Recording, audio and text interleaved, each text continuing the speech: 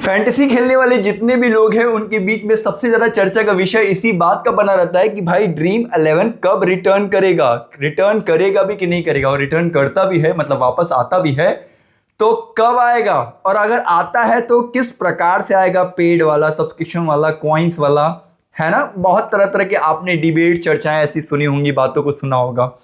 Detail में बात करेंगे और बहुत मजेदार तरीके से बात करेंगे, और यकीन मानो कि इस वीडियो को देखने के बाद आपको लास्ट तक जाते जाते इस बात की कहीं ना कहीं खुशी होने लगेगी कि कुछ ना कुछ आपको बहुत जल्द अच्छा न्यूज, बहुत जल्दी, माफ कीजिएगा, बहुत जल्दी अच्छा न्यूज देखने को और सुनने को मिल सकता है ये ड्रीम 11 की वापसी को लेकर के, या फिर अगर बड़े भाषा में बात करें तो आरएमजी की वापसी को लेकर के। आरएमजी मतलब रियल मनी गेमिंग। ओके, तो आप लोगों को पता है कि गवर्नमेंट ने जितने रियल मनी गेमिंग थे उनको बैन कर दिया, और काफी लंबे टाइम से बैन किया है। और जब से बैन किया है हमारा भी जो मन है ना वो गेम खेलने को लेकर थोड़ा सा बैन टाइप सा हो गया है। हम भी चाहते हैं कि जल्दी से पेड कॉन्टेस्ट जैसे पहले चलता था वैसे वापस से पेड कॉन्टेस्ट चलना चालू हो जाए और हम दोबारा से खेलना चालू करें। क्योंकि देखो हम मानते हैं कि जैसे खासतौर से ड्रीम 11 को ले लें, फैंटेसी ऐप्स को ले लें, तो यार इसमें हम मानते हैं कि ये स्किल का गेम है, स्किल इन्वॉल्व रहता है और साथ ही साथ किस्मत का भी इसमें रोल रहता है। और जो स्किल और किस्मत जिसका जही लग जाता है उसका क्या हो जाता है, निकल पड़ता है। लेकिन गवर्नमेंट को लगता है कि इसकी वजह से लोग डिप्रेशन में जा रहे हैं और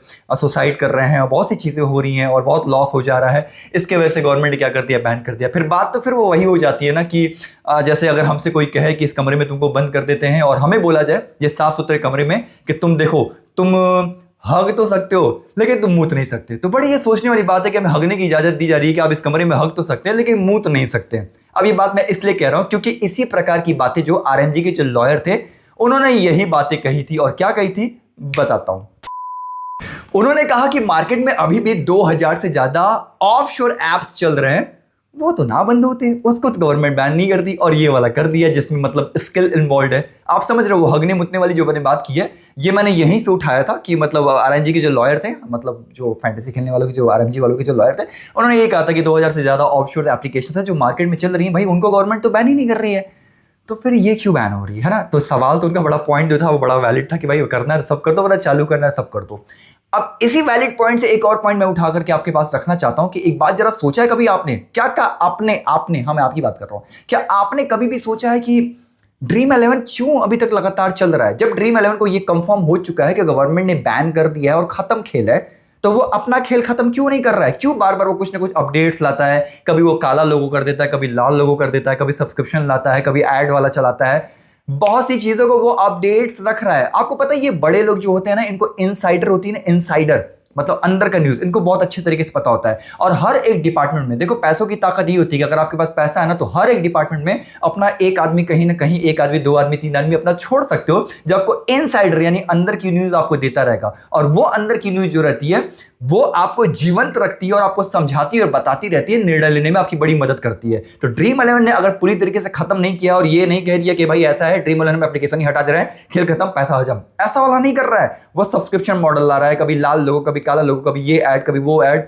और कभी कभी बीच में कॉइन्स वाली भी बात हो रही थी, कुछ ना कुछ एक्टिव रखा है। यानी अपने ड्रीम 11 एप्लीकेशन ने अपने ड्रीम 11 एप्लीकेशन को जीवंत रखा है, मरने नहीं दिया। यानी कहीं ना कहीं इस बात का ये संकेत है कि उसको भी इनसाइडर न्यूज पता है कि वापसी बहुत जल्दी आने वाली। लेकिन वापस किस प्रकार से होगा इस पर चर्चा करते हैं।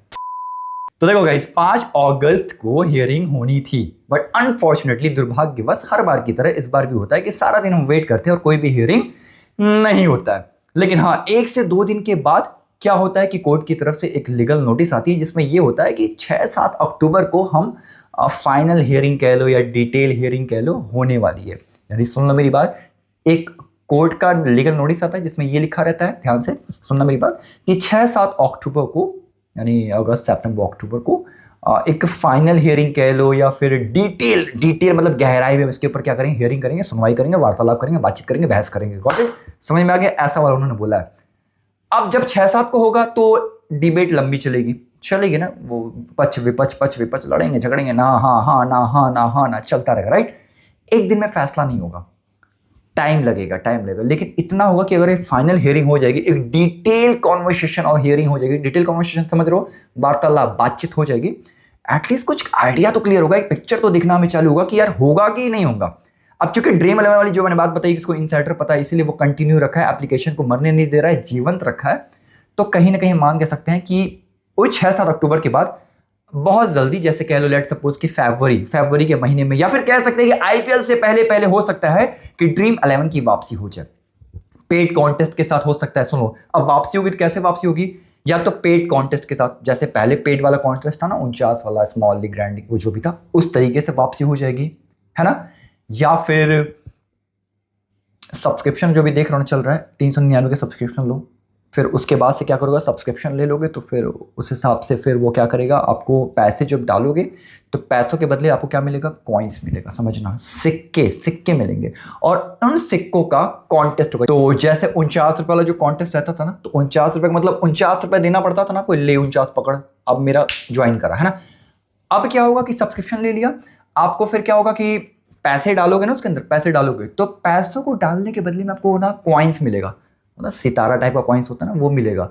और हर एक कॉन्टेस्ट का दाम लगा दीजिएगा कि 5 कॉइन, 6 कॉइन, 8 कॉइन, और जितने पे इतना कॉइन, 5 कॉइन लगेगा तुमको ज्वाइन करने में, और जीतेंगा तुम, पहले नंबर पे आएंगा तो तुमको 2000 कॉइन मिल जाएगा। कॉइन के रूप में खेलेंगे गेम। ये देखो, अच्छा देखो यार, हम एक दूसरे को बेवकूफ़ी तो बनाते रहते हैं, मतलब अगर वो वाला कॉइन वाला, क्या गवर्नमेंट नहीं समझ रही है कि कॉइन का मतलब क्या है, लेकिन वो कह देगी हाँ ठीक है ओके ये वाला करो। सब मूर्ख बनाने में लगे भाई एक दूसरे को, हर दुनिया में हर कोई एक दूसरे को मूर्ख बना रहा है, हर कोई पैसे कमा रहा है, हर कोई लूट रहा है। सिस्टम बन गया, खासतौर से इंडिया का सिस्टम ऐसे बन गया कि मूर्ख बनाओ, चुतिया बनाओ। खैर चलो पॉइंट पे आते हैं।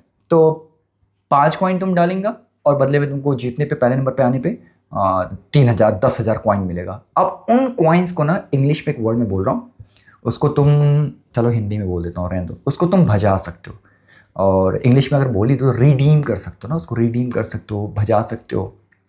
उससे चाहो तो तुम शॉपिंग कर सकते हो, या फिर चाहो तो तुम उन पैसों को निकाल सकते हो कॉइन्स के रूप में, वापस होता है ना, कॉइन्स को कन्वर्ट कर देना पैसे में, फिर पैसे करके वापस निकाल लेना। कुछ इस तरह का सिस्टम आएगा जरूर, पक्का आएगा। तो या तो पूरा पहले की तरह हो जाए, या तो ये कॉइन वाला सिस्टम इस तरीके से वो वापसी कर सकता है। लेकिन करेगा, इस बात का मुझे बहुत हद तक यकीन है। आईपीएल से पहले यकीन मानो कि ड्रीम 11 की वापसी होने वाली है। रील कट करके लगा देना चलेगा। तो अब तुम सबको बहुत हद तक क्लैरिटी मिल गई है ना कि क्या होने वाला है क्या नहीं होने वाला है। देखो जो भी मैंने बताया है उस बात को ध्यान सोचना, साइकोलॉजिकली थोड़ी बात को समझना। अगर मैं जान रहा हूं कि मैं इतना बड़ा एप्लीकेशन वाला हूं, इतने पैसे मेरे पास हैं, मैंने कमाया है इसमें से, और आज मुझे पता चल गया कि अरे यार अब तो चौपट कर दिया इन्होंने, बंद बंद करके ये वो, तो यार इतने पैसे मैं कहीं और पैसे लगा लूंगा, फ्री में क्यों बांटूंगा भाई तेरे को, मैं क्यों दूंगा पैसा तेरे को, दे रहा हूं। उसका मतलब कहीं ना कहीं मुझे इनसाइडर अंदर की न्यूज़ पता है कि भाई होने वाला है, सब कुछ सही हो जाएगा। और फिर वो पॉटी और सुसु वाली बात मैंने बोली ना, हगने और मुतने वाली बात, मेरा फिर वही बात है यार कि समझना कि अगर ये, अच्छा एक सवाल मैं पूछ रहा हूँ, सोचना, ये इतना लंबा लग रहा है टाइम फैसला करने में कि हगने की इजाज़त है लेकिन मूतने की इजाज़त नहीं है। अच्छा तुम्हें मूतने की भी इजाज़त मिल जाती, पता है कब? बताओ जरा मुझे कब।